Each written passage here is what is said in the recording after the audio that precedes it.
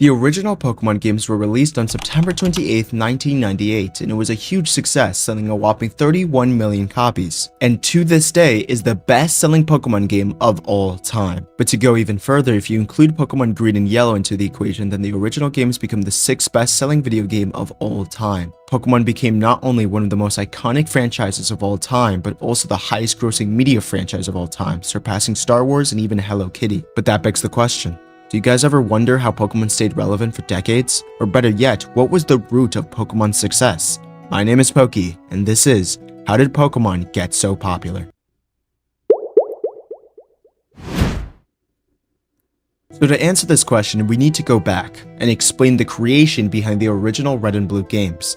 It started with the head of Game Freak at the time, Satoshi Tajiri. You see, the original Game Freak was actually a gaming magazine made for strategies and Easter eggs on certain arcade games at the time, with their biggest magazine issue being on how to get a high score within the game known as Xevious, selling more than 10,000 copies. And as the magazine was getting more and more recognition, a little guy named Ken Sugimori saw the magazine at a local shop and became its illustrator. Although it wasn't decided yet, this man went on to create the first 151 Pokemon, which then led to more and more people joining Game Freak because of that magazine. As the company grew in size, however, Satoshi realized that many of the games at the time were lacking in quality, and then he decided that if the world wasn't going to provide gamers with better games, then they decided the only solution was to create their own game. Game Freak became a video game company in 1989, with their first pitched game being a puzzle game known as Quinty, which sold pretty well at 100,000 copies. Then, the company decided that they needed to aim higher, and Satoshi was at the forefront. He wanted to make a game that would hopefully resonate with children in a way that related to him. You see, part of the inspiration that helped create this game was from Satoshi's childhood. Satoshi had a hobby in collecting bugs as a child, and when he was envisioning the idea for his new game, he was reminded of his fascination of bugs crawling back and forth. And it was this fascination that led to the groundwork for his new game.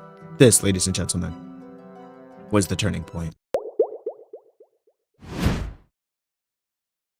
Satoshi first pitched the idea and the name of this new game to Nintendo called Capsule Monsters. The idea was that the player would catch monsters to use them in battle, and although the concept was relatively simple, when introducing other aspects such as a whole map and a multitude of different creatures, Nintendo didn't think Game Freak had the manpower to pull it off. But the undisputed GOAT named Shigeru Miyamoto, who is the creator of both Zelda and Mario, saw potential in the game and actually helped train Satoshi during the creative process. And although Satoshi knew it was ambitious, he believed the end result would be worth it. But sadly, the grind was harsh. The development of Capsule Monsters put a huge toll on the young company. People were slowly leaving the project due to the time it was taking to develop Capsule Monsters. They believed it wasn't going to be worth the amount of work they had to put into the project. The game was in development for over 4 years at this point, and morale was at an all-time low, which caused Game Freak to nearly go bankrupt. But luckily, Satoshi was determined and was going to release the game to the world, as he believed it would sell 1 million copies. But he didn't have enough to pay his employees, so he did something that no founder would ever think to do. He cut his salary to pay his workers, and lived off his father's income for the meantime, something that no company CEO would ever do, because of greed. But this, as well as help from Creatures Inc., who gave Game Freak the resources it needed to finish the development of Capsule Monsters in exchange for 1/3 of the rights to the franchise, led to the completion of the game. But because the name Capsule Monsters had copyright issues, they needed a rename. They settled with the name Pokémonsters. Simple, but fitting for the game. But later in time, the name was shortened for rebrand. That name was Pokémon. When the games first released, very few media outlets gave it any attention, as the original Game Boy was declining in sales. People were even calling the Game Boy a dead console, so Game Freak anticipated the worst. But yet, the worst never came. But instead, what they saw was the birth of arguably the greatest video game franchise in the entire world. Millions of people purchased the new game, and the sales just kept adding up. But that wasn't the end. You see, the game's success was huge initially, but the majority of its popularity stemmed from one Pokemon in particular that was not a part of the actual Dex entries. That Pokemon was known as Mew.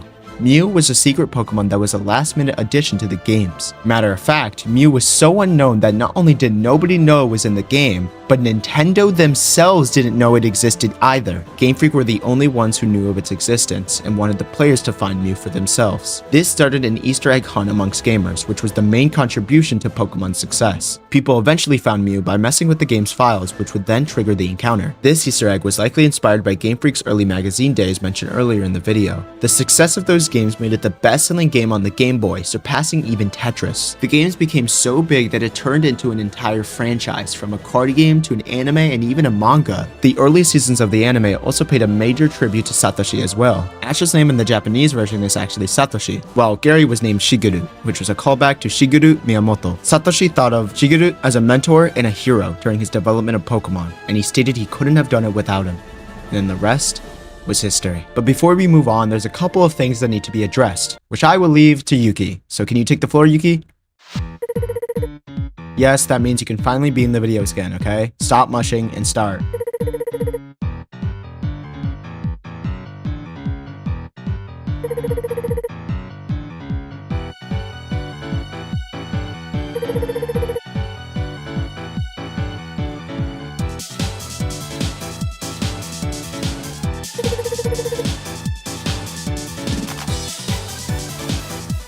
The creation of Pokemon was nothing short of a miracle, and the fact that the game was even able to be released after the mess that was going on during development was due to Satoshi's management and care for his workers, wanting them to stay paid and even losing his salary in the process. But now to answer the question of this video.